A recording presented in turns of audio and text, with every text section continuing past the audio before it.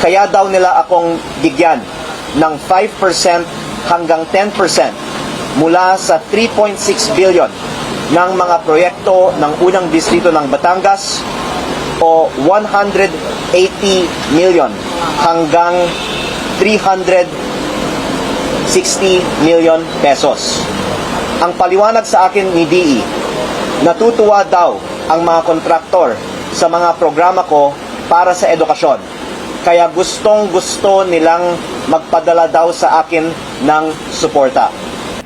Dagdag pa ng kongresista, pinaliwanag sa kanya ng Engineer Calalo ang sistema kung paano nakakakuha ng mga proyekto o mga kontraktor na nagbibigay ng kickbacks. Sila rin anya mga kontraktor na nakakakuha ng mga proyekto kahit walang umanong totoong bidding na nangyayari. Pinipili lang daw ng congressman ang kontraktor na nagbibigay ng SOP.